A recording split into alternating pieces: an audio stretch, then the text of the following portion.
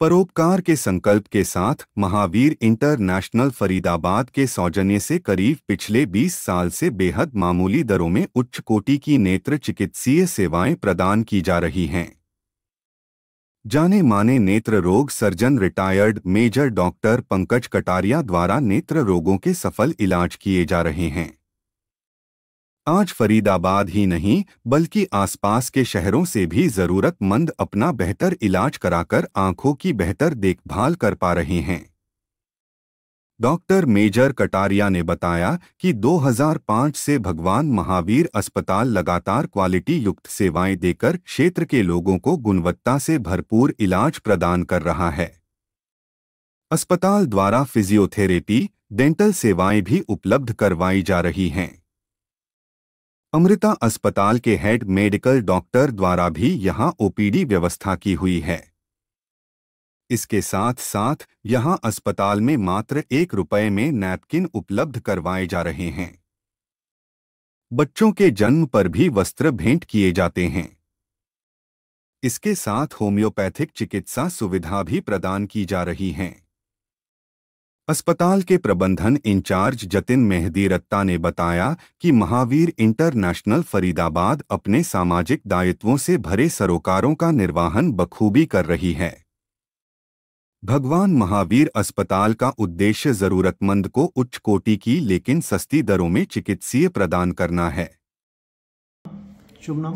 Doctor ex major Pankaj Kataria. Sir, जो आजकल आंखों की बीमारियां चल रही हैं, इस मौसम में कौन कौन सी बीमारी चल रही है?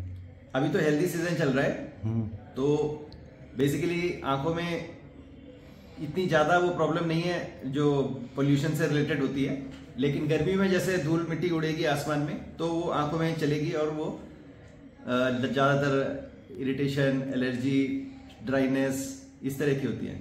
प्लस आजकल जो यंगस्टर्स हैं, जो बच्चे हैं जो कंप्यूटर में काम करते हैं, सॉफ्टवेयर इंजीनियर हैं, सारा दिन 8-8 घंटे 9-9 घंटे उनको कंप्यूटर पे काम करना पड़ता है, तो ड्राइनेस हो जाती है उसकी वजह से। आपके माध्यम से एक और बात मैं कहना चाहता हूँ सबके लिए कि जो लोग टीवी देखते हैं घर पे, आजकल जो आते हैं वो एलईडी, एलसीडी वो टीवी आ गए हैं, तो वो वॉल पे हैंगिंग होते हैं। अब वो वॉल की हाइट काफ़ी ऊंची कर देते हैं, उससे क्या होता है कि आँख को ऊपर तक देखने, ऊपर से नीचे से एंगल ऊपर तक जाता है, तो उससे क्या होता है आँख ज़्यादा खुलनी पड़ती है, तो ड्राई हो जाती है, क्योंकि लंबे टाइम तक टीवी देखते हैं तो ड्राइनेस ज़्यादा हो जाती है। उसको बेसिकली आपको स्टैंड पे खड़ा होकर टेबल के ऊपर रख के स्टैंड पे लगा के देखना चाहिए। अगर बाई चांस अगर स्टैंड नहीं है तो वॉल पे भी नीचे करके देखनी चाहिए।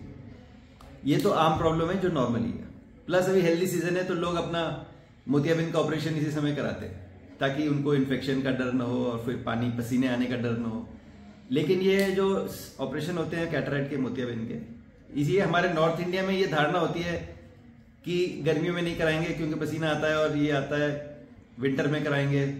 लेकिन ऐसी धारणा बेबुनियाद है। क्यों? पहले ज़माने में ये मानते हैं कि ये सही था क्योंकि उस समय टाँके लगते थे, बड़े बड़े चीरे लगते थे, ऑपरेशन होते थे। आजकल ये लेज़र से ऑपरेशन होते हैं, छोटे छोटे मिनिमल इंसिशन कैटरेक्ट सर्जरी बोलते हैं। इसमें हमें गर्मियों सर्दी कभी भी कर सकते हैं। खाली आई फ्लू हो रहा होता है उस सीजन में नहीं करते, जब बारिशें आती है उस सीजन में। बाकी सब टाइम कभी भी कर सकते हैं, 12 महीने, कोई डरने की बात नहीं। जैसे आजकल मौसम है, धूल मिट्टी है, सड़कों पर सफाई रहती है, तो खुली आंखों से चलते हैं जैसे 2 व्हीलर्स हैं या पैदल चलने वाले हैं, उनको क्या करना चाहिए? ये बहुत अच्छी बात क्वेश्चन पूछा आपने। जो 2 व्हीलर्स होते हैं या यंगस्टर्स जो होते हैं हमारे, वो हेलमेट नहीं यूज करते। पुलिस हर वक्त उनको पकड़ती नहीं है, हर वक्त चेकिंग होती नहीं है, लोकल में चलाते हैं, यहाँ से दुकान तक गए, दुकान से वापस आके बोले इतने में क्या हेलमेट लगाएं। लेकिन जो पोल्यूशन की वजह से आंख में सारी मिट्टी पड़ जाती है, फिर छींटे भी नहीं मारते, तो ट्रैकोमा जैसी बीमारी होती है जो क्लेमाइडिया ट्रैकोमेटिस छोटी सी होती है, वो आंखों की पलकों में अंदर से धीरे धीरे धीरे धीरे धीरे बढ़ती रहती है। वो ऐसे कोई लाल आई फ्लू नहीं करती जैसे बहुत ज्यादा होता है, बट वो धीरे धीरे over the period of time ये अंदर की तरफ से स्कारिंग करके पुतली को अंदर की तरफ घुमा देती है। फिर पलक अंदर की जो बाल हैं वो रड़कने लगते हैं। आगे चल के बुढ़ापे में जाके वाइट कॉर्निया खराब हो जाती है, पुतली खराब हो जाती है। तो आंख बहुत सेंसिटिव चीज है, और जो पुतली होती है, जो कॉर्निया बोलते हैं, बहुत ही सेंसिटिव है, ट्रांसपेरेंट है, उस पर कुछ भी गिरना नहीं चाहिए, उस पर कुछ भी डायरेक्ट कांटेक्ट में नहीं आनी चाहिए, फिर वो वाइट हो जाती है। फिर वाइट हो गई तो जिंदगी भर में फिर चेंज नहीं कर सकते उसको। अच्छा, जैसे आजकल चश्मा लगता है किसी को, तो चश्मा परमानेंट रहता है या चश्मा कभी पहनना चाहिए कभी नहीं पहनना चाहिए, ऐसा कुछ है? चश्मा जो बच्चे होते हैं उनका अगर नंबर आता है उनको तो हमेशा लगाना चाहिए। मोनोफोकल सिंगल विजन ग्लासेस जो दूर के लिए नजदीक के लिए लगाना चाहिए, और जो 40 ईयर्स के ऊपर हो गए हैं उनको दूर का और नजदीक का डबल चश्मा लगता है, बाईफोकल बोलते हैं, या फिर प्रोग्रेसिव चश्मा। तो पावर है तो लगाना पड़ेगा, क्योंकि फिर नहीं तो आंख पे स्ट्रेन पड़ता है, लोड पड़ता है और थक जाती है। फिर थोड़े दिन काम करने के बाद आंख में ऐसा लगता है कि हेडेक हो रहा है, दर्द हो रहा है। अच्छा, जो आई डोनेशन है तो पिछले सालों की अपेक्षा बढ़े हैं आई डोनेशन, या अवेयरनेस आई है लोगों में? हाँ, काफी पेशेंट आते हैं जो हमारा ऑपरेशन करते हैं, वो पूछते हैं कि हम आपने हमारा ऑपरेशन कर दिया, क्या हम डोनेट कर पाएंगे? बोला हाँ, कोई भी कर पाएगा। हम आँख की पुतली को चेंज नहीं करते, पुतली चेंज होती है तो उसमें से हम निकाल लेते हैं आई में। तो काफी लोग जागरूक हुए हैं इसमें और डोनेशन के लिए आते हैं और फॉर्म भरते हैं। जैसे पहले होते थे, झगड़े हो जाते थे आई डोनेशन के नाम पर कि इसकी आँख खराब हो जाएगी, अगले जन्म में पैदा होगा तो पुत्र आँख खराब निकलेगी, तो इस धारणा को खत्म हुआ? ये देखो, ये 5 तत्व का शरीर है, सब बताते हैं।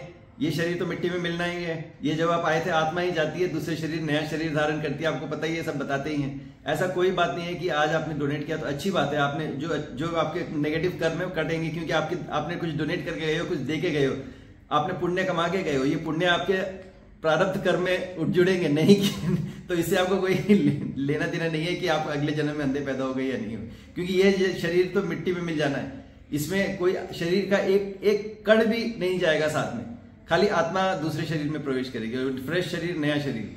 तो उसमें आपको कोई टेंशन की बात नहीं है, आप ऐसा मत सोचिए कि इसमें अगले जन्म में कुछ ऐसा होगा। एक टैगलाइन आजकल बहुत चली हुई है, जीते जी रक्तदान, जाते जाते नेत्रदान और जाने के बाद देहदान, क्या कहेंगे? हाँ जी, बहुत अच्छी बात है सर। हमारे 120 दिन में तो नया रक्त बन जाता है। आज डोनेट करोगे 120 दिन बाद नया, वैसे भी आप नहीं डोनेट करोगे 120 दिन में नया बनता ही है, अंदर ही अंदर डेड हो जाता है। तो इससे अच्छा दान कर दो, किसी को फायदा हो किसी का, और हर 3 महीने बाद फिर से दान कर दो, क्योंकि 120 दिन तक का वैलिड लाइफ टाइम होता है। और नेत्रदान मरने के बाद तो नेत्रदान होता है, उसके बाद आपकी बाकी की बॉडी आप वो भी धरती पे मिल जाती है, क्या फायदा? उसको भी आप हॉस्पिटल पे, कॉलेज में दे दो, ताकि नेक्स्ट जो बच्चे पढ़ रहे हैं मेडिकल कॉलेज में वो आपके देह से सीख सकेंगे। अल्टीमेटली ये जलना है या फिर धरती पे जाना है, तो वहां हॉस्पिटल में भी क्या करते हैं, मॉर्चरी में रखते हैं पहले बॉडी को, फिर उसमें दवाई से उसको दवाई डाल के उसमें लगते हैं।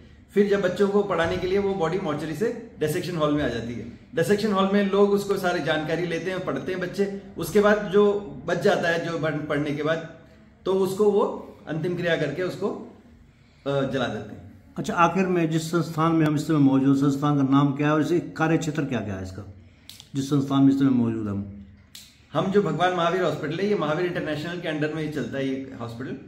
तो इसके ये बहुत हमने 2005 से इसका यहाँ से आई डिपार्टमेंट जो चल रहा है भगवान महावीर हॉस्पिटल के नाम से, तो ये हमने तब से चला रहे हैं। साथ में इसके और भी बहुत सारे काम चल रहे थे, जैसे कि बच्चों के लिए वो कपड़े देना, छोटे न्यूबॉर्न बेबीज के लिए। आजकल हमारा जो प्रोजेक्ट है, जो सैनिटरी नैपकिन्स हैं, वो हम यहीं बना रहे हैं। 1 रुपए में, सिर्फ 1 रुपए में हम फ्री ऑफ कॉस्ट ही हो गया, डोनेट कर रहे हैं। और हमारा फिजियोथेरेपी डिपार्टमेंट है, बहुत ही सस्ते दामों में लेटेस्ट मशीनों के द्वारा फिजियोथेरेपी होती है। यहाँ डेंटल डिपार्टमेंट है, जहाँ कम दाम में, कम रेट पे आपकी सारी रूट कैनाल हो गया, नॉर्मल हो गया, एक्सट्रैक्शन हो गया, सारे होते हैं। आंखों का तो है ही सारा, हमारे पास सारे features at a very subsidised rate. Plus हमारा एक मेडिकल फिजिशियन बैठते हैं यहाँ पे, जो अमृता हॉस्पिटल से, HOD जो है अमृता हॉस्पिटल के, वो आते हैं यहाँ पे हफ्ते में 1 दिन। उसको हम लोग ट्राई करें कि 3 दिन आए, लेकिन अभी उनके पास इतना टाइम नहीं है, तो हम आगे से हो सकता है कि 3 दिन आएंगे। थैंक यू डॉक्टर साहब। होम्योपैथिक भी। अच्छा, ठीक, थैंक यू सर। साइड में जो आप देख रहे हैं YouTube channel, Facebook page, Instagram और X हैंडल यानी कि ट्विटर हैंडल, पूर्ण नाम है। इसको आप लाइक करें, फॉलो करें, कमेंट बॉक्स में जाके प्रतिक्रिया दें, इस लिंक को ज़्यादा से ज़्यादा शेयर भी कर दें। धन्यवाद। जय हिंद, जय भारत।